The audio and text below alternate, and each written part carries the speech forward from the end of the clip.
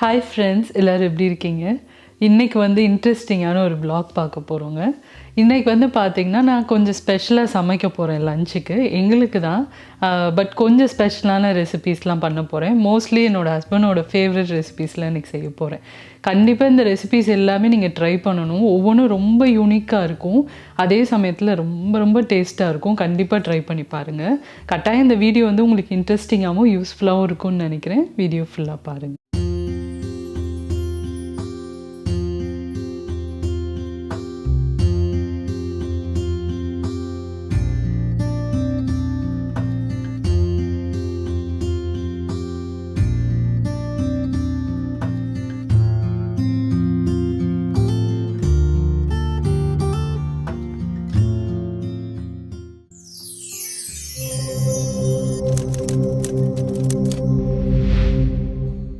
இன்றைக்கி செய்ய போகிற இந்த ஸ்பெஷல் லஞ்சில் என்னெல்லாம் இருக்க போகுது அப்படின்னு பார்த்தீங்கன்னா, மெயின் டிஷ் என்னென்னு பார்த்தீங்கன்னா நெய் சோறு பண்ண போகிறேன். நெய் சோறு அப்படின்றது நம்ம நிறைய பேர்த்துக்கு வந்து ரொம்ப ஒரு ஃபேவரட்டானது. பிரியாணிக்கு அடுத்து ஒரு ஃபேவரட்டான ரெசிபி அப்படின்னு பார்த்தீங்கன்னா எனக்கெலாம் பார்த்தீங்கன்னா அந்த நெய் சோறு தான். ஏன்னா கிட்டத்தட்ட பிரியாணியோட ஃப்ளேவர்ஸ் டேஸ்ட் எல்லாமே அதில் இருக்கும். அதே மாதிரி முஸ்லீம்ஸ்லாம் வந்து அவங்களோட வெட்டிங்கில் இதை அதிகமாக வந்து சர்வ் பண்ணுவாங்க. பிரியாணிக்கு அடுத்து பார்த்தீங்கன்னா அதே எக்ஸாக்ட் ரெசிபி வந்து இன்றைக்கி நான் உங்களுக்கு செஞ்சு காட்ட போகிறேன். கட்டாயம் இதே மெஷர்மெண்ட்ஸோடு ட்ரை பண்ணுங்கள். ரொம்ப ரொம்ப சூப்பராக பர்ஃபெக்டாக வரும் இந்த ரைஸ் ரெசிபி. இதுக்கு வந்து மெயினாக நான் வந்து சீரக சம்பா அரிசி யூஸ் பண்ண போகிறேன்.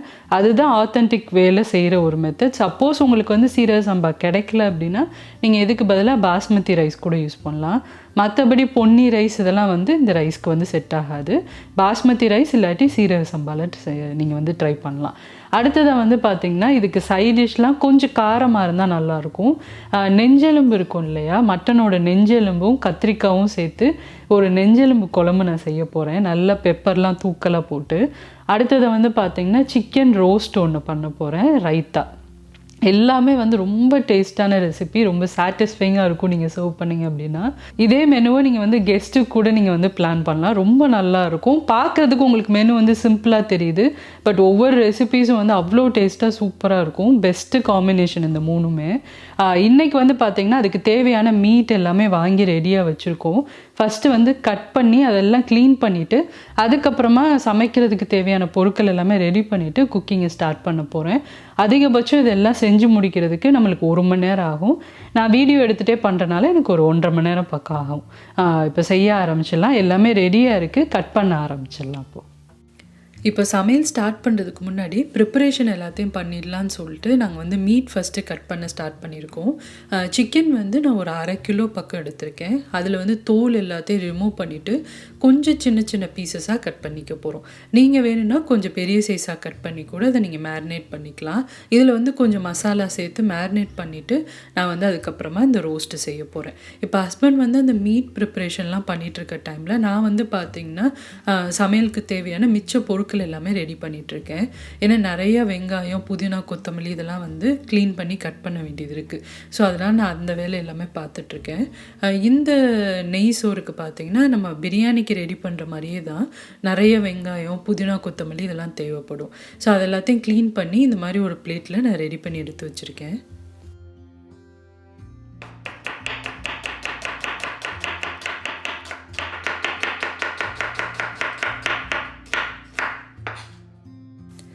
இப்போ நான் எல்லாமே ரெடி பண்ணிவிட்டேன். வெங்காயம் மட்டும் ஹஸ்பண்ட் கட் பண்ணி கொடுத்தாங்க. ஏன்னா அவங்க வந்து வெங்காயம் ரொம்ப நல்லா ஃபாஸ்ட்டாக கட் பண்ணுவாங்க. ஸோ அதனால் அது வந்து அவங்க பண்ணி கொடுத்துட்டாங்க. மிச்சம் எல்லாத்தையுமே நான் ரெடி பண்ணி இப்போ எடுத்து வச்சுருக்கேன்.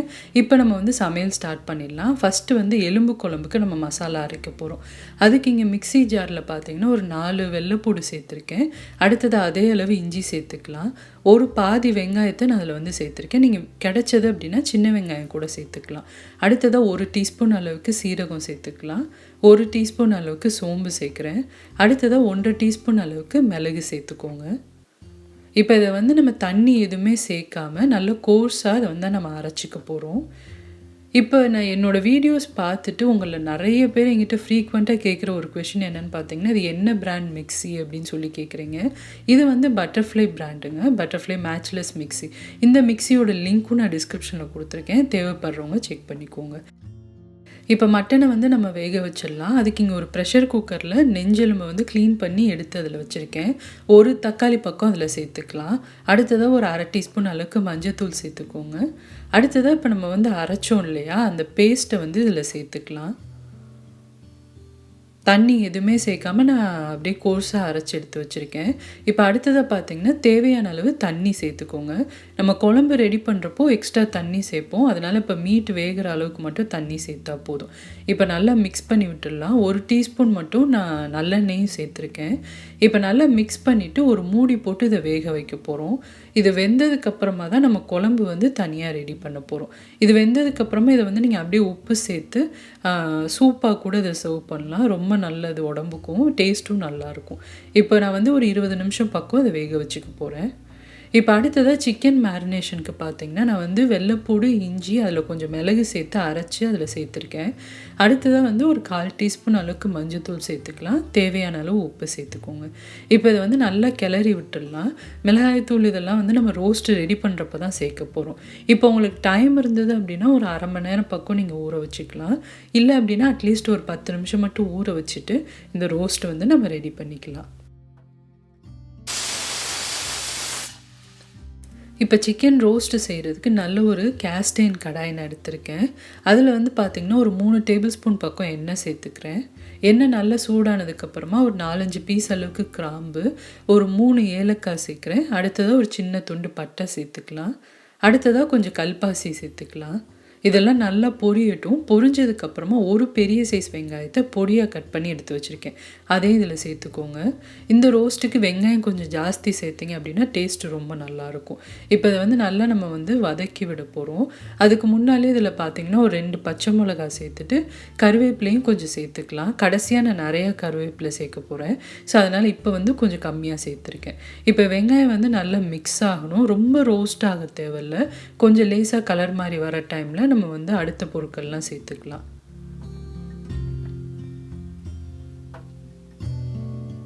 இப்போ வெங்காயம் வதங்கிருச்சு. இந்த ஸ்டேஜில் ஒரு பாதி தக்காளி மட்டும் இதில் நான் சேர்த்துக்கிறேன். ரோஸ்ட் மாதிரி பண்ணுறதுனால தக்காளி நான் ஜாஸ்தி சேர்க்கலை.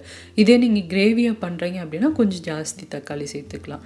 இப்போ தக்காளி வந்து நல்லா வதங்கினதுக்கப்புறமா நம்ம ஊற வச்சுருக்க சிக்கன் இதில் சேர்த்துடலாம். சிக்கன் சேர்த்துட்டு நம்ம வந்து எடுத்தனே மிளகாய்த்தூளோ இல்லை தண்ணியோ எதுவுமே சேர்க்கக்கூடாது. நல்லா அதை வந்து மிக்ஸ் பண்ணிவிட்டு அந்த எண்ணெயிலே இதை வந்து வதங்கணும். ஸோ அதனால் அதுக்கப்புறமா தான் நம்ம வந்து தேவையான பொருட்கள்லாம் சேர்க்க போகிறோம். அதனால் நல்லா மிக்ஸ் பண்ணி விட்டுருங்க. மிக்ஸ் பண்ணிவிட்டு ஒரு மூடி போட்டு 5-10 நிமிஷம் வரைக்கும் நல்லா அது வேகட்டும். அதுக்கப்புறமா நம்ம வந்து மிளகாய்த்தூள் சேர்த்துக்கலாம். இப்போ பாருங்கள், நான் வந்து சிக்கனை ஒரு 5 நிமிஷம் பக்கம் வேக வச்சுருக்கேன். நல்லா தண்ணி விட ஆரம்பிச்சிருச்சு. கலரும் நல்லா மாற ஆரம்பிச்சிருச்சு. இந்த ஸ்டேஜில் நல்லா மிக்ஸ் பண்ணிவிட்டு இதில் வந்து தேவையான அளவு நம்ம வந்து மிளகாய்த்தூள் சேர்க்க போகிறோம். அதாவது நான் வந்து காஷ்மீரி மிளகாய்த்தூள் சேர்க்குறேன். இதில் வந்து நான் அதே மாதிரி தண்ணி எதுவுமே சேர்க்காமல் நான் வந்து அப்படியே தான் ரோஸ்ட் பண்ண போகிறேன். கிரேவியாக செய்கிறீங்க அப்படின்னா நீங்கள் எக்ஸ்ட்ரா தண்ணி சேர்த்துக்கலாம். இப்போ காரத்துக்கு ஏற்ற மாதிரி காஷ்மீரி மிளகாய்த்தூள் சேர்த்துக்கோங்க. ஏன்னா அதில் வந்து நிறையா மிளகும் சேர்த்துருக்கோம். அதனால் அந்த காரத்தை அட்ஜஸ்ட் பண்ணி நீங்கள் வந்து மிளகாய்த்தூள் சேர்த்துக்கலாம். இப்போ நல்லா மிக்ஸ் பண்ணி விட்டுருங்க. மிக்ஸ் பண்ணிவிட்டு இந்த சிக்கன்லேருந்து வர தண்ணியில் இது நல்லா நம்மளுக்கு ரோஸ்ட் ஆக போகுது. அதனால் எக்ஸ்ட்ரா தண்ணிலாம் நான் எதுவுமே சேர்க்கலை. இப்போ நல்லா மிக்ஸ் பண்ணியாச்சு. மிக்ஸ் பண்ணிவிட்டு இப்போ பார்த்தீங்கன்னா ஒரு 10 நிமிஷம் பக்கம் மீடியம் ஃப்ளேமில் வச்சு இதை நல்லா நான் வந்து ரோஸ்ட் பண்ண போகிறேன். அப்பப்போ மட்டும் இதை வந்து நல்லா நம்ம கிளறி விட்டுக்கலாம். மறக்காமல் அதை வந்து அப்பப்போ கிளறி விடணும். அப்போ தான் உங்களுக்கு ஈவனாக எல்லா சிக்கனுமே நல்லா வெந்து ரோஸ்ட் ஆகி வரும். இப்போ அடுத்ததாக வந்து நான் நெஞ்செலும்பு குழம்பு தாளிக்க போகிறேன். அதுக்கு இங்கே ஒரு கடாயில் 2 டேபிள் ஸ்பூன் பக்கம் நல்லெண்ணெய் சேர்த்துருக்கேன். தாளிக்கிறதுக்கு கிராம்பு, அதுக்கப்புறமா கொஞ்சம் ஏலக்காய் சேர்த்துக்கலாம். அடுத்ததாக அன்னாச்சி பூ சேர்க்குறேன். கொஞ்சம் பட்டை, அதுக்கப்புறமா பார்த்திங்கன்னா கல்பாசி இதெல்லாம் சேர்த்துக்கலாம். இதெல்லாம் நல்லா பொரியட்டும். பொரிஞ்சதுக்கப்புறமா தான் நம்ம வந்து மிச்ச பொருட்கள்லாம் சேர்க்க போகிறோம்.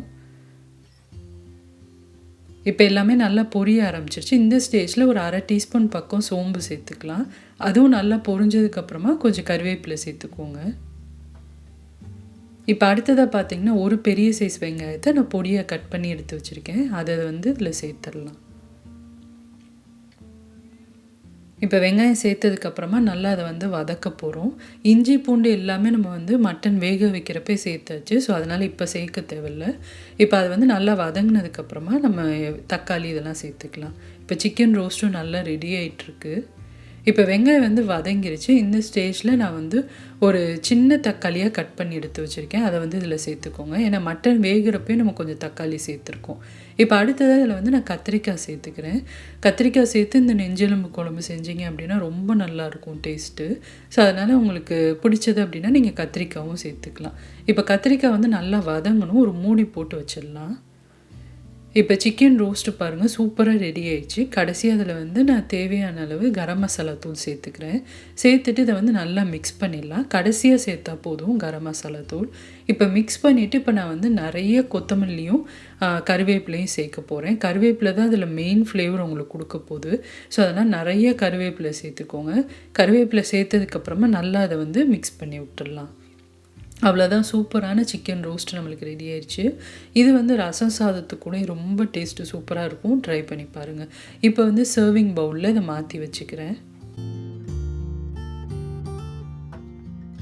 இப்போ பாருங்கள், நம்ம வந்து சேர்த்த கத்திரிக்காய் வந்து நல்லா வெந்து வர ஆரம்பிச்சிருச்சு. இந்த அளவுக்கு வெந்ததுக்கப்புறமா மிக்ஸ் பண்ணிவிட்டு நம்ம வேக வச்சு எடுத்து வச்சுருக்கோம் இல்லையா நெஞ்செலும்பு சூப், அதை வந்து இதில் சேர்த்துடலாம்.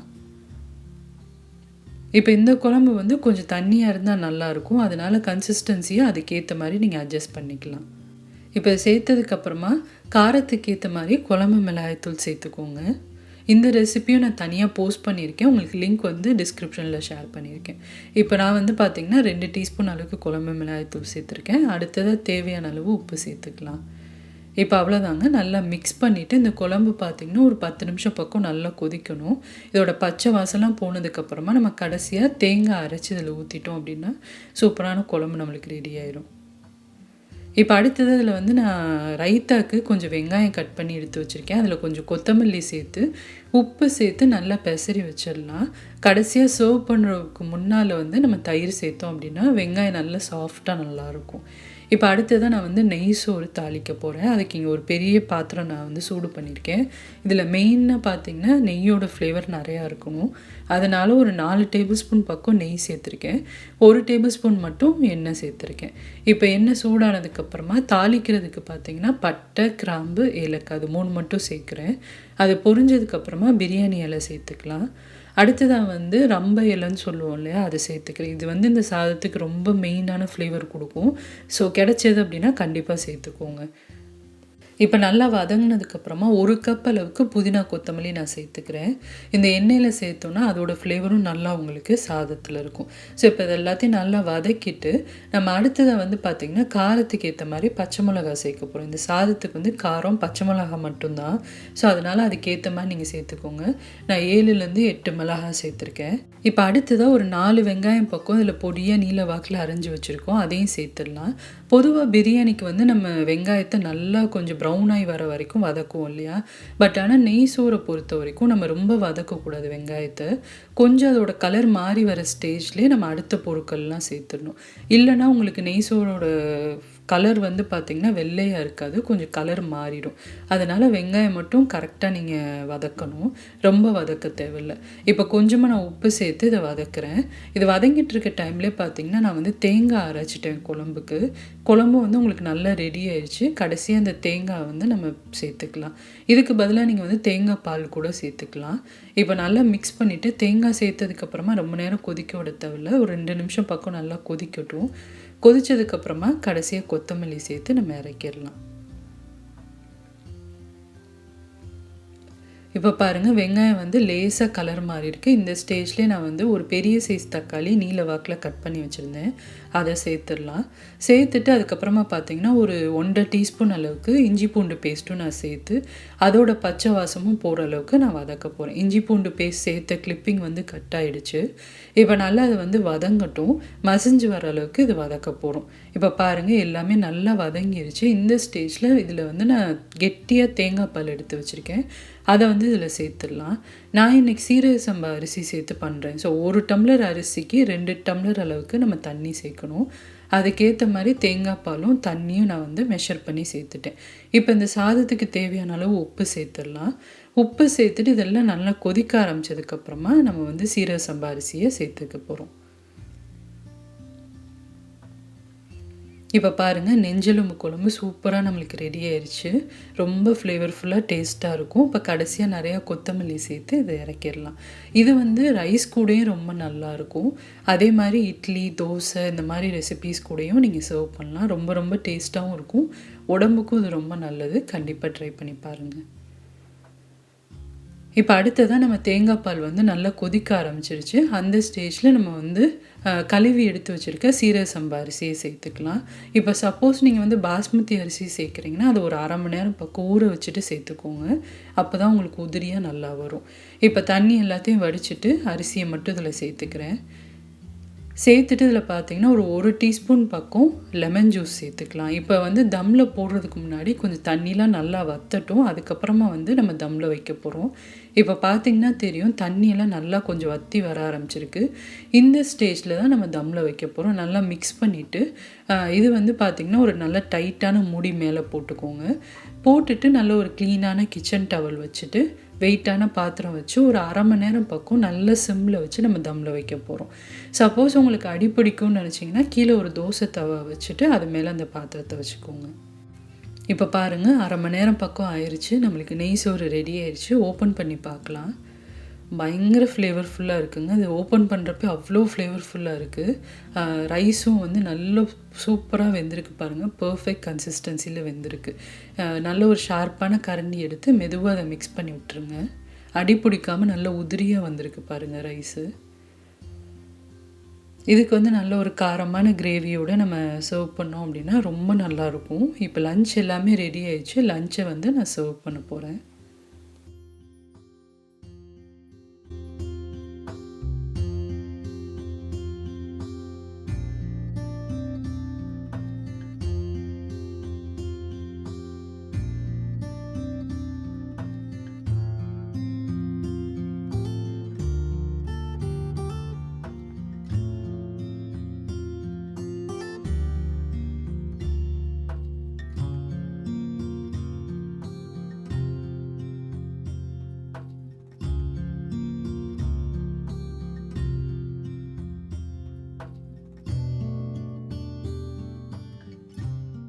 எல்லோரும் எப்படி இருக்கீங்க? நம்ம பேசி கொஞ்சம் நாள் ஆகிடுச்சின்னு நினைக்கிறேன். இன்றைக்கி கொஞ்சம் ஸ்பெஷலாக லஞ்சு செஞ்சுருக்கோம் வீக்கெண்டுக்கு. நெய் சோறு, சிக்கன் வறுவல், இது மட்டன் எலும்பு குழம்பு, அப்புறம் அப்வியஸாக கொஞ்சம் ரைத்தா. ஸோ எப்படி இருக்குன்னு செக் பண்ணி பார்த்துருவோம். சீரக சம்பா அரிசியில் பண்ணியிருக்கோம் இந்த நெய் சோறு. கன்சிஸ்டன்சி எல்லாமே நல்லா இருக்குது. ரொம்ப நல்லா வெந்திருக்கு. அப்படியே உதிரி உதிரியாக இருக்குது சாதம். அது அப்படியே கொஞ்சம் எலும்பு குழம்போட சேர்த்து பெரட்டி சாப்பிட்டோம் அப்படின்னா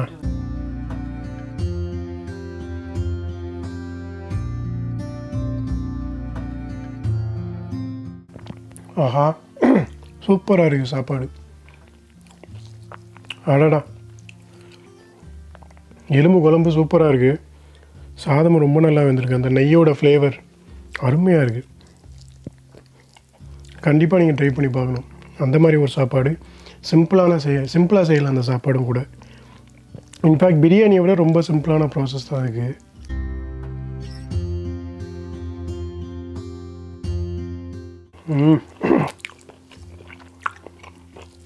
வேறு லெவலில் இருக்குது டேஸ்ட்டு.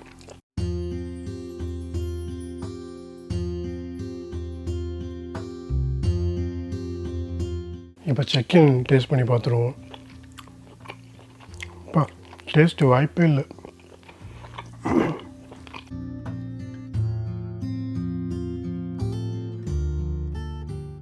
சான்ஸே இல்லை. சூப்பராக இருக்குது சாப்பாடு. அந்த சிக்கன் ஃப்ளேவரும் இந்த நெய் சோறோட ஃப்ளேவரும் சேர்ந்து பயங்கரமான ஒரு அரோமா. அருமை. அப்படியே எலும்பு குழம்புல கொஞ்சம் கத்திரிக்காயும் போட சொல்லியிருந்தேன். எனக்கு ஆக்சுவலாக கத்திரிக்காய் ரொம்ப பிடிக்கும். அது மட்டனோடு சேர்ந்துருக்கிறப்போ அதோடய ஃப்ளேவரும் வேறு லெவலில் இருக்கும்ல. அவ்வளோதாங்க. இந்த டேஸ்ட்டான லஞ்சை சூப்பராக நாங்களும் சாப்பிட்டோம். கண்டிப்பாக நீங்களும் இந்த ரெசிபீஸ் எல்லாம் மறக்காமல் ட்ரை பண்ணி பாருங்கள். ட்ரை பண்ணீங்க அப்படின்னா உங்களோட ஃபீட்பேக் அண்ட் கமெண்ட்ஸை என் கூட ஷேர் பண்ணிக்கோங்க. இந்த vlog பிடிச்சிருந்தது அப்படின்னா இந்த வீடியோக்கு ஒரு லைக் கொடுங்க. சேனலுக்கு இன்னும் சப்ஸ்கிரைப் பண்ணாதவங்க மறக்காமல் சுஜிஸ் கிச்சனுக்கு சப்ஸ்கிரைப் பண்ணுங்கள். இதே மாதிரி நிறைய இன்ட்ரெஸ்டிங்கான vlogs ரெசிபீஸோட அடுத்து உங்களை நான் மீட் பண்ணுறேன். சுஜிஸ் கிச்சன் எளிய பாரம்பரிய சமையல் தொகுப்பு.